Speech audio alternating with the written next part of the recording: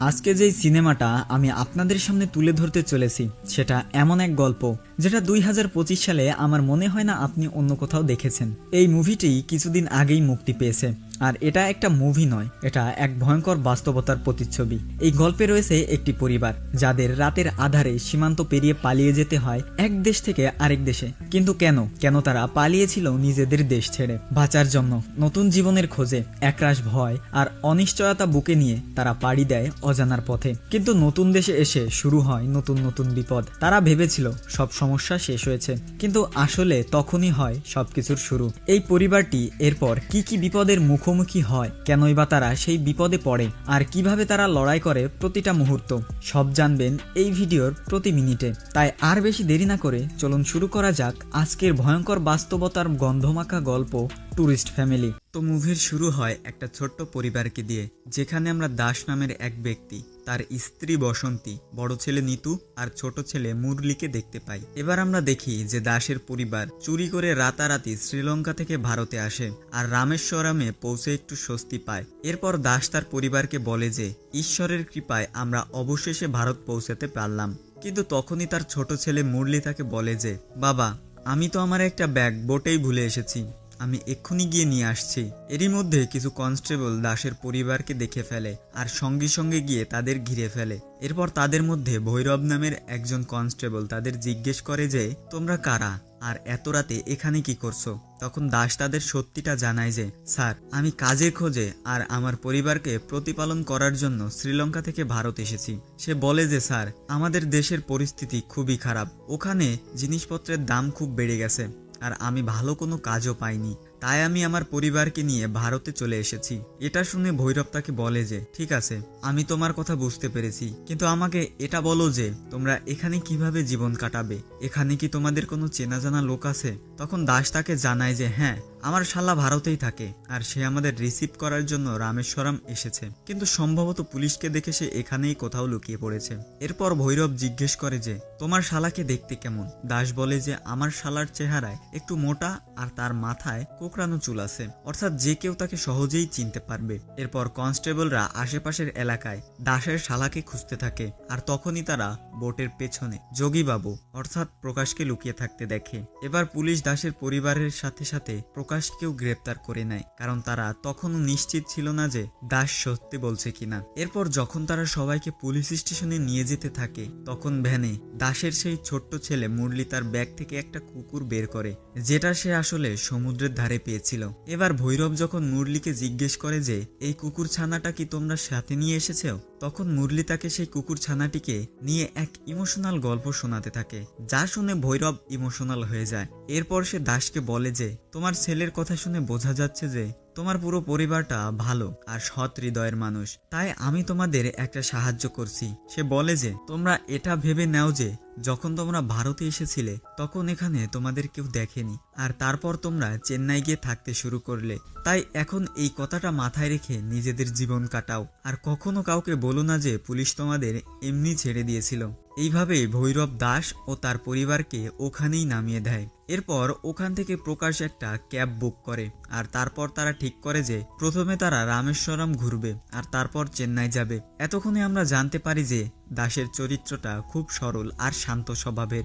যেমন তারা ক্যাবের মধ্যে যা কিছু খাচ্ছিল তার প্যাকেটগুলো রাস্তায় না ফেলে দাস উল্টো সেগুলো জড়ো করতে থাকে, আর এরপরে ডাস্টবিন পেয়ে তাতে ফেলে দেয়। এইভাবে যখন তারা চেন্নাই পৌঁছায় তখন তারা একটা রাস্তার পাশে এক ব্যক্তিকে পড়ে থাকতে দেখে। এটা দেখে দাসের মনে হয় যে লোকটা হয়তো অজ্ঞান হয়ে গেছে, কিন্তু প্রকাশ তাকে বোঝায় যে এই লোকটা আসলে অজ্ঞান হয়নি, বরং মদ খেয়ে টাল হয়ে পড়ে আছে। কিন্তু দাস তাকে বলে যে, যাই হোক, তুমি এখনই অ্যাম্বুলেন্সকে ফোন করো। এইভাবে প্রকাশ দেখানোর জন্য অ্যাম্বুলেন্সকে ফোন করার নাটক করে দাসও তার পরিবারকে সেখান থেকে নিয়ে যায়। এরপর প্রকাশ দাসের পরিবারকে একটা ছোট্ট কলোনিতে নিয়ে আসে, যেখানে সে আগে থেকেই তাদের জন্য একটা বাড়ি খুঁজে রেখেছিল। কলোনিতে ঢোকার আগে প্রকাশ তাদের সেখানকার কিছু নিয়মকানুন বলতে থাকে। সে বলে যে, এখানে কাউকে এটা বলো না যে তোমরা শ্রীলঙ্কা থেকে এসেছো, আর সাথে নিজেদের ভাষাও বদলে নিও, কারণ শ্রীলঙ্কার তামিল একটু আলাদা হয়। যা শুনতে তামিলের মতো লাগে, কিন্তু কিছু শব্দ আলাদা হয় যা লোকেরা চিনে ফেলবে। এরপর সে বলে যে আশেপাশের লোকের সাথে বেশি কথা বলো না, শুধু নিজের কাজ নিয়ে থেকো। এই নিয়মগুলো বলে অবশেষে প্রকাশ দাস ও তার পরিবারকে সেই বাড়ির মালিকের কাছে নিয়ে যায়। কিন্তু অবাক করার মতো বিষয় হলো, সেই বাড়ির মালিক ছিলেন একজন ইন্সপেক্টর, যার নাম ছিল রাঘব। এটা দেখে প্রকাশ আর দাসের পরিবারের তো হুঁশ উড়ে যায়, কারণ প্রকাশ জানতো না যে এই বাড়ির মালিক একজন ইন্সপেক্টর। তারা সবাই এটাই ভাবতে থাকে যে যদি রাঘব কথায় কথায় জেনে যায় যে দাসের পরিবার শ্রীলঙ্কা থেকে এসেছে, তাহলে সে উল্টে তাদের জেলে পুরে দিবে। এবার রাঘব দাসকে প্রশ্ন করে যে তোমার নাম কি, আর তোমরা কোথা থেকে এসেছো, এবং এর আগে কোথায় থাকতে। এর মাঝে দাসের ভাষা শুনে রাঘবের কিছুটা সন্দেহ হয়, আর সে তাকে বলে যে তোমার তামিল তো সাধারণ তামিলের মতো নয়, তাই আমাকে সত্যি বলো যে কোথা থেকে এসেছো। এটা শুনে দাস একটু ঘাবড়ে যায়, সে সত্যিটা বলতে যাবে, ঠিক তখনই রাঘব হঠাৎ করে বলে আচ্ছা আচ্ছা, এবার আমি বুঝতে পেরেছি, তোমরা কেরালা থেকে এসেছো তাই না। তখনই সুযোগের সদ্ব্যবহার করে প্রকাশ মাঝে বলে ওঠে যে স্যার, আপনি তো খুবই বুদ্ধিমান, লোকের ভাষা বুঝেই চিনে ফেলতে পারেন তারা কোথা থেকে এসেছে। এটা শুনে রাঘব জিজ্ঞেস করে যে আচ্ছা, এরা কি সত্যি কেরালা থেকে এসেছে। প্রকাশ বলে হ্যাঁ স্যার। এভাবে সে ব্যাপারটা ওখানেই সামলে নেয়। অবশেষে রাঘব দাসের পরিবারকে ভাড়া বাড়ির চাবি দিয়ে দেয়, আর তারা সঙ্গে সঙ্গে সেখানে থাকতে শুরু করে। নতুন বাড়িতে শিফট হওয়ার পর পাড়ার এক বৃদ্ধা মাসিমা বসন্তীর কাছে এসে চা ইত্যাদি দিয়ে যায়, আর তার সাথে বন্ধুত্ব করার চেষ্টা করে। কিন্তু যেমনটা প্রকাশ পুরো পরিবারকে বলে রেখেছিল, তাই বসন্তী তার সাথে বেশি কথা বলে না। এদিকে আমরা দাসের বড় ছেলে নিতুকে দেখি, যার ভারতে আসাটা তেমন পছন্দ হয়নি, আর সে সবসময় ফোনে শুধু অডিও শুনতে থাকে আর পরিবারের কোনো সাহায্য করে না। দেখতে দেখতে কয়েকদিনের মধ্যে বসন্তী পাড়ার মহিলাদের সাথে কথা বলতে শুরু করে, কিন্তু দাসের এটা পছন্দ হয় না। তাই সে বসন্তীকে বোঝায় আর বারণ করে যে আশেপাশের লোকের সাথে বেশি কথা বলো না। আর তারপরের দিন আমরা দেখি যে প্রকাশ দাসের পরিবারের জন্য আসবাবপত্র, বাসনপত্র ও আধার কার্ড বানিয়ে নিয়ে আসে, যাতে কেউ জিজ্ঞেস করলে তারা ডকুমেন্ট দেখাতে পারে। এরপর কয়েকদিনের মধ্যেই বসন্তী আর সেই বৃদ্ধা মাসিমার মধ্যেও ভালো বন্ধুত্ব হয়ে যায়, যার ফলে কখনো মাসিমা তাদের বাড়ি আসে তো কখনো বসন্তী তাদের বাড়িতে যেতে শুরু করে। বসন্তী কথায় কথায় সবাইকে এটা জানায় যে আমরা কেরালা থেকে এসেছি, আসলে ওখানে কিছু সমস্যা হয়েছিল তাই এখানে শিফট হয়ে গেছি। অন্যদিকে আমরা দাসকে দেখি যে শিফট হওয়ার পর থেকেই পুরো চেন্নাই জুড়ে কাজের সন্ধান করতে শুরু করে, কারণ সে তার পরিবারকে ভারতে তো নিয়ে এসেছিল, কিন্তু এখানে এসে টিকেও থাকতে হবে তো, তাই না। তাই সে এটাই চেষ্টা করতে থাকে যে কোনোভাবে যেন সে একটা কাজ পেয়ে যায়। মুভি এখন পর্যন্ত এতটা এগিয়ে গেলেও আমাদের আসল কারণটা দেখানো হয়নি যে এই পরিবারটি শ্রীলঙ্কা থেকে চেন্নাই কেন এসেছে, যা আমরা পরে জানতে পারবো। আরো কিছুদিন কেটে যায়, আর তারপর একদিন রামেশ্বরমে এক ভয়ঙ্কর বোমা বিস্ফোরণ হয়। এসপি বলবন্ত সিং এই কেসের তদন্ত শুরু করে, আর আমরা এটাও দেখি যে এই কেস সম্পর্কিত কোনো এক ব্যক্তিকে লকআপে বন্ধ করে টর্চার করতে থাকে। এরপর বলবন্ত সেই জায়গায় পৌঁছায় যেখানে বিস্ফোরণ হয়েছিল, আর সেখানে গিয়ে সে নিজের মতো করে তদন্ত করতে শুরু করে। এর মধ্যে পুলিশ একটি সিসিটিভি ফুটেজ পায়, আর তাতে তারা দাসকে দেখতে পায় যে তার অভ্যাস মতো আবর্জনা ডাস্টবিনে ফেলছিল, আর ঘটনাক্রমে বিস্ফোরণটাও সেই ডাস্টবিনেই হয়েছিল। এবার এক কনস্টেবল এই ফুটেজ ভৈরবকে দেখায় আর বলে যে সম্ভবত বোমা বিস্ফোরণে দাসের পরিবারের হাত আছে, কিন্তু ভৈরব তাকে বলে যে না, আমার তো এই পরিবারকে দেখে সেরকম কিছু মনে হয় না, নিশ্চয়ই দাস ডাস্টবিনে শুধু আবর্জনাই ফেলেছিল। কিন্তু তখন আরেকজন কনস্টেবল বলে যে ভৈরব, তুমি এই কথাটা বলবন্ত সিং স্যারকে জানিয়ে দাও, না হলে পরে যদি তিনি কিছু জানতে পারেন যে তুমি এদের ছেড়েছিলে, তাহলে তোমার সমস্যা হতে পারে আর তোমার চাকরিও যেতে পারে। এবার সিন এখান থেকে শিফট হয়, আর আমরা দাসের কলোনিতে এক ব্যাচেলার ছেলেকে দেখি যে সবসময় মদ খেয়ে টাল হয়ে পড়ে থাকে, যার ফলে কলোনির লোকেরাও তাকে সবসময় বকাবকি করে, কারণ সে মদের নেশায় যেখানে সেখানে পড়ে যায়। উপরন্তু এই কলোনিতে নিজেদের মধ্যে তেমন কোনো একতা ছিল না, আর এই ব্যাপারটা দাসও লক্ষ্য করতে থাকে। এরই মধ্যে সে কোনোভাবে তার ছোট ছেলে মুরলির সেখানকার একটা স্কুলে অ্যাডমিশনও করিয়ে দেয়, কারণ বাড়িতে সবার আধার কার্ড তৈরি হয়ে গিয়েছিল। একদিন দাস আর প্রকাশ একটি চায়ের দোকানের কাছে এসে একে অপরের সাথে দেখা করে। এখানে প্রকাশ তাকে কথায় কথায় বলে যে খুব শীঘ্রই আমি তোমাদের জন্য ভোটার কার্ডও বানিয়ে দেব, কারণ কখন কোন ডকুমেন্টের প্রয়োজন পড়ে যায় কে জানে। তখন দাস তাকে উত্তর দেয়, হ্যাঁ তুমি ঠিকই বলেছো, আমি আমার ছোট ছেলের স্কুলে অ্যাডমিশন করিয়ে দিয়েছি, ওরা শুধু আমার আধার কার্ড চেয়েছিল, কিন্তু এখন তুমি আমার আরেকটা ছোট্ট সাহায্য করে দাও, আসলে আমার একটা ড্রাইভিং লাইসেন্স দরকার, তো এই কাজটা তুমি করে দাও। এটা শুনে প্রকাশ তাকে জিজ্ঞেস করে যে ড্রাইভিং লাইসেন্স, এটা তোমার কেন দরকার? দাস জানায় যে আসলে আমাদের কলোনিতে রিচার্ড নামের এক স্যার আছেন, আর আমি জানতে পেরেছি যে তার একজন ড্রাইভারের প্রয়োজন। তো আমি ভাবছি যে কেননা আমি তার কাছে গিয়ে চাকরির জন্য আবেদন করি, আমি ভালো ড্রাইভিং করতে পারি। তখন প্রকাশ তাকে বলে যে আরে এটাকে শ্রীলঙ্কার কোনো গ্রাম ভেবেছো নাকি? এটা চেন্নাই। এখানকার এলাকা খুঁজে বের করতেই তোমার মাসখানিক লেগে যাবে। এখানকার স্থানীয় লোকেরাও এখানে রাস্তা হারিয়ে ফেলে, আর তুমি ড্রাইভিং করার কথা বলছো, তাই অন্য কোনো কাজের কথা ভাবো। কিন্তু দাস তাকে বলে যে প্রকাশ, আমি অনেক কষ্ট করেছি কিন্তু কোনো কাজ পাচ্ছি না, কিন্তু তুমি চিন্তা করো না, আমি ড্রাইভিং এর কাজটা সামলে নেব। আর প্রথম থেকেই আমি পুরো চেন্নাই ঘুরছি, আর এখন পর্যন্ত সব এলাকা মুখস্থ করে ফেলেছি। তো প্লিজ আমার জন্য ড্রাইভিং লাইসেন্স বানিয়ে দাও। এইভাবে অবশেষে প্রকাশ রাজি হয়ে যায়, আর কয়েকদিনের মধ্যেই দাসের জন্য ড্রাইভিং লাইসেন্স বানিয়ে দেয়। এবার লাইসেন্স আসার পর তারা দুজন রিচার্ড স্যারের কাছে যায়, যার নিজের জন্য একজন ড্রাইভারের প্রয়োজন ছিল। রিচার্ড দাসের কাছে সেই সব বিস্তারিত তথ্য জানতে চায়, যে কোথা থেকে এসেছে, আগে কোথায় ছিল ইত্যাদি। এরপর সে শেষে বলে যে আমার কাছে চাকরি করার জন্য একটা শর্ত আছে, আর সেটা হলো তোমাকে প্রথমে 7 দিন আমার কাছে কাজ করতে হবে, আর এই সময়ের মধ্যে যদি আমার তোমার কাজ পছন্দ হয় তবেই আমি তোমাকে চাকরিতে রাখবো, না হলে না করে দিব। অর্থাৎ তোমার ব্যবহার আর কাজ দেখেই তোমার চাকরিটা পাকা হবে। এবার দাস তাকে জিজ্ঞেস করে যে কোনো ব্যাপার না স্যার, কিন্তু আপনি 7 দিনের জন্য স্যালারি তো দেবেন, তাই না? রিচার্ড বলে যে না, এই 7 দিনে শুধু তোমার পরীক্ষা হবে। এটা শুনে প্রকাশ আস্তে করে দাসের কানে বলে যে আরে এই বুড়ো তো খুব কৃপণ, এখনই এত নাটক করছে, আর পরে যদি চাকরি করার পর ঠিকমতো স্যালারি না দেয় তাহলে আরো সমস্যা হবে, তাই এই কাজের জন্য না করে দাও, আমরা তোমার জন্য অন্য কোনো চাকরি দেখে নিব।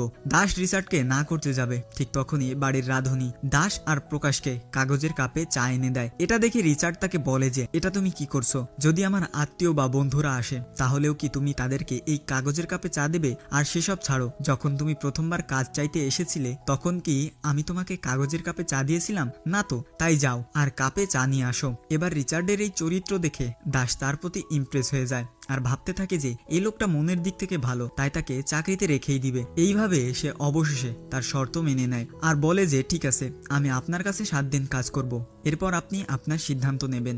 পরের দিন থেকেই দাসের কাজের প্রথম দিন শুরু হয়। এর মধ্যেই দাস ড্রাইভিং করার সময় পুরোনো দিনের গান চালাতে থাকে, যাতে রিচার্ডকে কোনোভাবে ইমপ্রেস করতে পারে।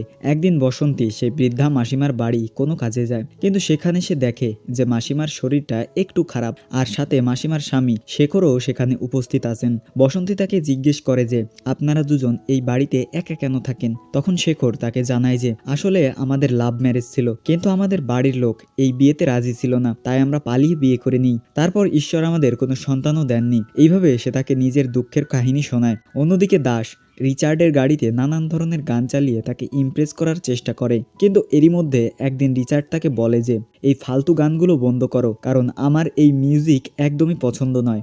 দাস এটা শুনে হঠাৎই চিন্তায় পড়ে যায় যে সে অবশেষে রিচার্ডকে কিভাবে ইমপ্রেস করবে। পরের দিন যখন দাস রিচার্ডের গাড়ি সাফাই করছিল তখন সে সেই রাস্তা দিয়ে সেই ব্যাচেলার মাতাল ছেলেটাকে যেতে দেখে, যে তার কলোনিতে থাকে। দাস তাকে এভাবে দেখে হঠাৎই জিজ্ঞেস করে আরে ভাই, তুমি কি খাওনি? কেমন আছো? কিন্তু আমরা দেখি যে সেই ছেলেটা দাসকে কোনো উত্তর দেয় না, আর সোজা নিজের বাড়ি চলে যায়। পরের দিন শেখরের স্ত্রী হঠাৎ বসন্তের কাছে এসে বলে রোজ সকালে আমার স্বামী আমাকে ঘুম থেকে জাগিয়ে দিত, কিন্তু আজও এখনো জাগায়নি। বেটা, আমার খুব ভয় করছে, তুমি কি একবার ওকে দেখবে? এটা শুনে দাস আর বসন্তী সঙ্গে সঙ্গে ভয়ে ভয়ে শেখরের কাছে যায়, কিন্তু তাদের ডাকাতেই সে উঠে যায় আর তার চোখ খুলে যায়। এবার তাদের দুজনেরই হঠাৎ নিজেদের সামনে দেখে সে তাদের প্রশ্ন করে যে আরে তোমরা দুজন এত সকালে এখানে কি করছো? দাস তাকে বলে যে আপনাকে নিয়ে আন্টি একটু চিন্তা করছিলেন, আর আপনি তার ডাকে জাগছিলেন না, তাই উনি আমাদের এখানে পাঠিয়েছেন। তখন সে বলে যে আসলে কাল রাতে আমার খুব ভালো ঘুম হয়েছিল, তাই সকালে উঠতে পারিনি। এরপর সে তার স্ত্রীকে ডাকতে ডাকতে হল রুমের দিকে যেতে থাকে, কিন্তু তখনই তারা তিনজন দেখে যে শেখরের স্ত্রী কখন যে মারা গেছে। আসলে সে ভাবছিল যে তার স্বামী তাকে ছেড়ে চলে গেছে, তাই সে বসে বসে সেই দুঃখেই মারা যায়। এটা দেখে শেখর ফুপিয়ে ফুপিয়ে কাঁদতে লাগে, আর বলে যে আমরা দুজন এত বছর ধরে একে অপরের সাথে ছিলাম, এখন আমি একা হয়ে গেলাম। তারপর সে দাসকে বলে যে যখন আমরা বাড়ি ছেড়েছিলাম তখন আমার স্ত্রীর বাবা আমাদের অভিশাপ দিয়েছিল যে তোমরা দুজন অনাথের মতো মরবে, আর দেখো আজ সেটাই সত্যি হচ্ছে। কিন্তু তখনই দাস তাকে বোঝায় যে না আঙ্কেল, আপনি একা নন, আমরা আপনাদের সাথে আছি, আর এই কলোনির সবাই আপনার সাথে আছে। তাহলে আপনি শেষমেশ অনাথ কিভাবে হতে পারেন? এইভাবে দাস সঙ্গে সঙ্গে কলোনির প্রত্যেক বাড়ি গিয়ে সবাইকে আন্টির শেষকৃত্যের জন্য ডাকতে থাকে। দেখতে দেখতে কিছুক্ষণের মধ্যেই কলোনির সব লোক শেখরের বাড়ি জমা হয়ে যায়। আর সেই সময় শেখরের শ্বশুরও নিজের মেয়েকে দেখতে আসে আর খুব দুঃখিত হয়ে শেখরের কাছে ক্ষমা চাইতে থাকে যে আমি তোমাদের দুজনের জীবন বরবাদ করে দিয়েছি, আমাকে ক্ষমা করে দাও। শেষে আমি আমার রাগ দিয়ে কি পেলাম? কিচ্ছুই না, বরং আমার মেয়ে সারা জীবনের জন্য আমার থেকে দূরে রইল আর এখন আমাকে ছেড়ে চলে গেল। এখন তুমি আমাকে ক্ষমা করে দাও যাতে আমি আমার মেয়ের কাছে গিয়ে তার সাথে চোখ মেলাতে পারি। এইভাবে আমরা দেখি যে তাদের সম্পর্কটা কিছুটা মীমাংসা হতে শুরু করে। এটা দেখে শেখর সঙ্গে সঙ্গে কাঁদতে কাঁদতে দাসকে ধন্যবাদ জানায় যে বেটা, তুমি কোনো সাধারণ মানুষ নও, তোমার মনটা খুব পরিষ্কার। তুমি জানো এত বছর ধরে আমরা কলোনির লোকেরা একে অপরের থেকে কতটা অচেনা ছিলাম, কিন্তু তুমি এসে আমাদের আসল সত্যিটা সামনে এনে দিলে। এরপর কলোনির লোকেরা ঠিক সেই রকম ভাবতে থাকে যে দাসের পরিবার আসার পরেই আমাদের কলোনিতে পজিটিভ পরিবর্তন এসেছে, আমরা একে অপরকে জানতে শুরু করেছি, তাই এখন সবাই সামনে এভাবেই একসাথে মিলেমিশে থাকার সিদ্ধান্ত নেয়। এসব হওয়ার পর দাস রিচার্ডের কাছে নিজের চাকরি নিয়ে কথা বলতে যায়, কারণ তার পরীক্ষার 7 দিন কেটে গিয়েছিল। তখন রিচার্ড তাকে বলে যে তোমার চাকরিটা এখানে পাকা হচ্ছে না, তাই তুমি যেতে পারো। এটা শুনে দাস হঠাৎ উত্তেজিত এবং ইমোশনাল হয়ে জিজ্ঞেস করে যে আপনি কি আমার গান শুনে বিরক্ত হয়ে গেছেন? যদি তাই হয় তাহলে আমি আর গান চালাবো না। কিন্তু রিচার্ড বলে এমন কোনো ব্যাপার নয়, কিন্তু তুমি এই চাকরিটা পেতে পারো না। এবার দাস একটু শান্তভাবে জিজ্ঞেস করে যে তাহলে আমাকে বলুন আমার কি ভুল হয়েছে যে আপনি আমাকে চাকরিতে রাখছেন না? রিচার্ড তাকে এর কারণ জানায় না আর বলে যে তোমাকে জবাব দেওয়ার আমার কোনো প্রয়োজন নেই, তাই তুমি এখনই এখান থেকে যেতে পারো। এবার দাস রেগে গিয়ে বলে যে প্রথম দিনই আপনার বাড়ির রাধুনি আমাকে আপনার ব্যাপারে বলেছিল, কিন্তু এখন আমি বুঝতে পেরেছি যে আপনাকে বিশ্বাস করে আমি খুব বড় ভুল করেছি। এইভাবে রেগে গিয়ে দাস সেখান থেকে চলে যায়। আর এবার সে একই জায়গায় ফিরে আসে যেখানে সে 1 সপ্তাহ আগে ছিল, আর তার মাথায় কিছু আসছিল না। তাই সে নিজের মনকে শান্ত করার জন্য একটু মদ খেয়ে নেয় আর সন্ধ্যায় নিজের বাড়ি পৌঁছায়। এরই মধ্যে মুরলির সেই কুকুর ছানাটা বাড়িতে খুব দুষ্টামি করতে থাকে, যার ফলে বিরক্ত হয়ে নিতু সকাল সকাল তাকে কোথাও ছেড়ে দিয়ে আসে। এরপর দাসের অবস্থা দেখে বসন্তী আর নিতু তাকে বকাবকি করতে থাকে আর বলে যে এমন সময়ে কি মদ খাওয়াটা খুব জরুরি ছিল? এমনিতেই আমরা এখানে এসে ফেসে গেছি, তার উপর আপনি যদি নেশার অভ্যাস করে ফেলেন তাহলে আরো গর্ত পড়ে যাব। কিন্তু দাস নেশার ঘরে এই কথাগুলো না শুনে নিতুকে জিজ্ঞেস করে যে তুমি ওই কুকুর ছানাটাকে বাজারে কেন ছেড়ে দিলে? তার উপর যখন থেকে তুমি এখানে এসেছো শুধু রাগই করে যাচ্ছ। আর এখানেই আমরা জানতে পারি যে দাসের পরিবার শ্রীলঙ্কা থেকে ভারতে কেন এসেছিল।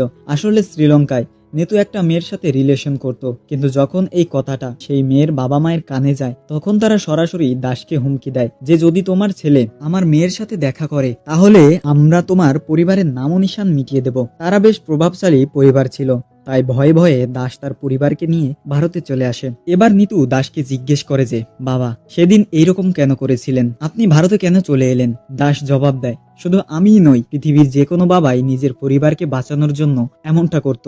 এবার নিতু তাকে বলে যে আপনি ভাবছেন আপনি কোনো ভুল করেননি, কিন্তু আপনার জন্য আমি সেই মেয়েটাকে ছেড়ে দিলাম, আমাদের দেশ আমাদের গ্রাম সব ছেড়ে দিলাম। এরপর দাস নেশার ঘরে বলে যে চলো সেই মেয়েটাকে ডেকে নিয়ে আসি আর তোমার সাথে বিয়ে দিয়ে দেই। কিন্তু নিতু বলে যে এর কোনো দরকার নেই, কারণ এতদিনে তার বিয়ে কোথাও না কোথাও হয়ে গেছে। সে বলে যে নিজের দিকে তাকান, আপনি যখন থেকে ভারতে এসেছেন শুধু দাঁড়ে দাঁড়ে ঘুরে বেড়াচ্ছেন, কোনো কাজ পাচ্ছেন না। তার উপর যেদিন আমরা ভারতে এসেছিলাম সেদিন আপনি এখানকার পুলিশদের পায়ে পড়েছিলেন। আমার এসব দেখে একদম ভালো লাগেনি, মনে হচ্ছিল এর চেয়ে ভালো তো আমরা শ্রীলঙ্কাতেই থাকতাম। আমি আমার পড়াশোনা শেষ করে কোনো ছোটখাটো চাকরি করে নিতাম, কিন্তু এখানে তো আমার ডিগ্রিও কোনো কাজের নয়। এখন আমি চাকরি করব তো কি করব? তার উপর আপনি উল্টো আমাকে বলছেন আমি কেন রাগ করি? আমি আপনাদের এভাবে দেখতে পারি না, আবার কাউকে কিছু বলতেও পারি না, তাই সব সময় চুপ থাকি। এইভাবে দাস নিতুর দুঃখ বুঝতে পেরে বলে যে আমাকে ক্ষমা করে দে রে নিতু, আসলে সেই সময় আমি কিচ্ছু ভাবিনি, তখন তোদের জীবন বাঁচানোই আমার প্রথম কাজ ছিল, তাই আমি ভয়ে তোদের এখানে নিয়ে এসেছিলাম।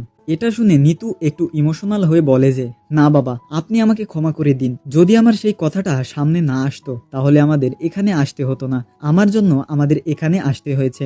এইভাবে বাবা ছেলে মন খুলে কথা বলে আর নিজেদের ভুল বোঝাবুঝি দূর করে নেয়, যার পর সবাই আবারও খুশি হয়ে যায়। এই সময় সেই বাড়িতে ইন্সপেক্টর রাঘবের মেয়েও উপস্থিত ছিল, যে দাসের পরিবারকে দেখে খুশি হয়ে যায়। সে এটাই ভাবতে থাকে যে আমাদের পরিবারটা এমন কেন নয়, আমার বাবা আমাকে সময় কেন দেন না, কেন আমার সাথে এভাবে কথা বলেন না, অথচ এরা কত পরিষ্কার মনের আর একে অপরের অনুভূতি কত ভালোভাবে বোঝে। অন্যদিকে আমরা দেখি যে রামেশ্বরামে বলবন্ত সিং এর সিনিয়র অফিসার রেগে গিয়ে তাকে ডাকে আর তাকে ডেকে খুব বকাবকি করে। সেই অফিসার তাকে বলে যে তুমি যাকে লকআপে মেরেছ তার অবস্থা এখন গুরুতর, তার উপর তার বাড়ির লোকেরা বারবার এই কথাটা মিডিয়ায় বলছে, তাই মনে রেখো যদি তার কিছু হয় তাহলে তুমি তোমার চাকরি হারাবে, আমি তোমার জন্য কিছুই করতে পারবো না। এটা শুনে বলবন্ত একটু শান্ত হয়ে বলে যে ঠিক আছে স্যার, আপনি চিন্তা করবেন না, আমি এই বিষয়টা খেয়াল রাখবো যাতে ছেলেটার কিছু না হয়। কিন্তু তখনই সেই সিনিয়র অফিসার বলে যে এর কোনো দরকার নেই, তুমি কি কোনো ডাক্তার যে তার খেয়াল রাখবে? ডাক্তাররা নিজের কাজ করছে, তাই তুমি ততক্ষণে সেই বোমের কেসটা সমাধান করো আর দেখো এর পেছনে কি আছে। এটা শুনে বলবন্ত সেখান থেকে বেরিয়ে যায় আর সঙ্গে সঙ্গে তার কনস্টেবলদের কাছে ডেকে বলে সেই বোমের কেসের উপর কাজ করতে। কিন্তু তখনই কনস্টেবল ভৈরব বলবন্তকে দাসের পরিবারের ব্যাপারে জানায় আর বলে যে স্যার, কিছুদিন আগে দাস নামের এক ব্যক্তির পরিবার শ্রীলঙ্কা থেকে ভারতে এসেছিল, আমি আপনাকে এই ব্যাপারে জানাইনি কারণ আমার তাদের একটা সাধারণ পরিবার মনে হয়েছিল, কিন্তু সম্প্রতি আমরা সেই ডাস্টবিন ফাটার আগের সিসিটিভি ফুটেজ চেক করেছি, তখন আমরা জানতে পেরেছি যে সেই ডাস্টবিনে ওই দাসই কিছু ফেলেছিল। এখন জানি না সেটা আবর্জনা ছিল নাকি অন্য কিছু, কিন্তু এখন আমার তার উপর সন্দেহ হচ্ছে। এইসব শুনে বলবন্ত তাকে খুব বকাবকি করে যে তুমি আমাকে এসব আগে কেন জানাওনি, এখন মুখ খুলছো। তখন ভৈরব ভয়ে ভয়ে বলে যে স্যার, আমি নিশ্চিত ছিলাম না তাই আপনাকে বলিনি। তখন বলবন্ত তাকে বলে যে নিশ্চিত হওয়া বা না হওয়া আমার কাজ, তুমি একজন কনস্টেবল আর সেই সীমার মধ্যেই থাকো। এর মধ্যে আমরা আরও একটা ব্যাপার জানতে পারি যে ভৈরব এখন এতটা নিশ্চিত কিভাবে হলো যে সে বলবন্তকে দাসের ব্যাপারে জানিয়ে দিল। আসলে হয়েছিল কি, কিছুদিন আগে এক ব্যক্তি তার কুকুরছানা হারানোর অভিযোগ জানাতে পুলিশ স্টেশনে এসেছিল আর সে তার কুকুরছানার ছবি অভিযোগে লেখানোর সময় ভৈরবকে দেখিয়েছিল। সেই ছবিটা দেখে ভৈরব চিন্তায় পড়ে যায় যে এই কুকুরছানাটাকে সে কোথাও তো দেখেছে, তাই সে সেই ব্যক্তিকে জিজ্ঞেস করে যে তোমার কুকুরছানাটা কোথায় হারিয়েছে।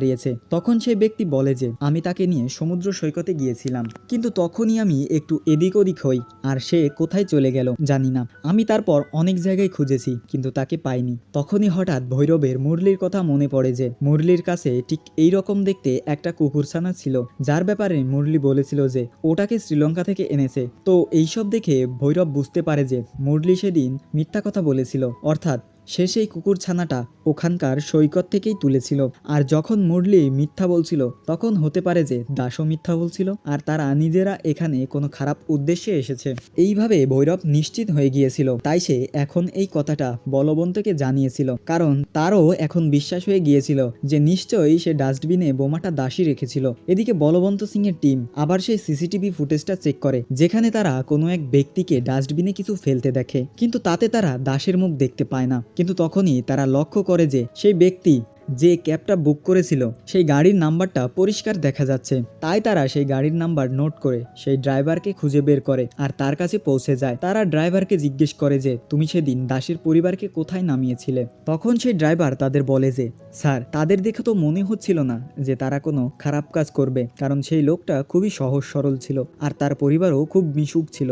কিন্তু বলবন্ত বলে যে সম্ভবত তোমারও জেলে যাওয়ার ইচ্ছা হয়েছে, তাই তাদের পক্ষ নিচ্ছ, চুপচাপ যা জিজ্ঞেস করছি শুধু সেটাই বলো। এইভাবে সেই ড্রাইভার তাকে সেই কলোনির ঠিকানাটা বলে দেয় যেখানে সে প্রকাশ আর দাসের পরিবারকে ছেড়েছিল। এরপর বলবন্ত সিং তার টিমকে সেই পাড়া খোঁজার কাজে লাগিয়ে দেয়। এদিকে দাস ও তার পরিবার কলোনির লোকেদের সাথে ভালোভাবে মিশে যায় আর তারা তাদের আসল পরিচয় জানিয়ে দেয়, কারণ দাস এটা চাইতো না যে যারা তাকে এতটা নিজের মনে করছে তাদের সে মিথ্যা বলে ধোকা দিক। এরপর কলোনির লোকেরাও দাসের পরিবারকে গ্রহণ করে নেয় আর বলে যে এতে আমাদের কোনো সমস্যা নেই। এরপর আমরা দেখি যে রিচার্ড দাসকে চাকরিতে রেখে দেয় আর 1 মাসের বেতন অগ্রিমও দেয়। আসলে রিচার্ড ওই দিন তার সাথে মজা করছিল। সে বলে যে যেদিন তুমি কলোনির লোকেদের সেই শেষকৃত্যে জড়ো করেছিলে সেই দিনই আমি তোমাকে আমার কাছে চাকরি দেওয়ার সিদ্ধান্ত নিয়ে ফেলেছিলাম, কিন্তু আমি শুধু তোমার আরেকটা পরীক্ষা নিতে চেয়েছিলাম যে যদি আমি না করি তাহলে তুমি কতটা প্রতিক্রিয়া দেখাও। কিন্তু আমি এটা দেখে খুশি হয়েছি যে তুমি আমাকে যা বলেছো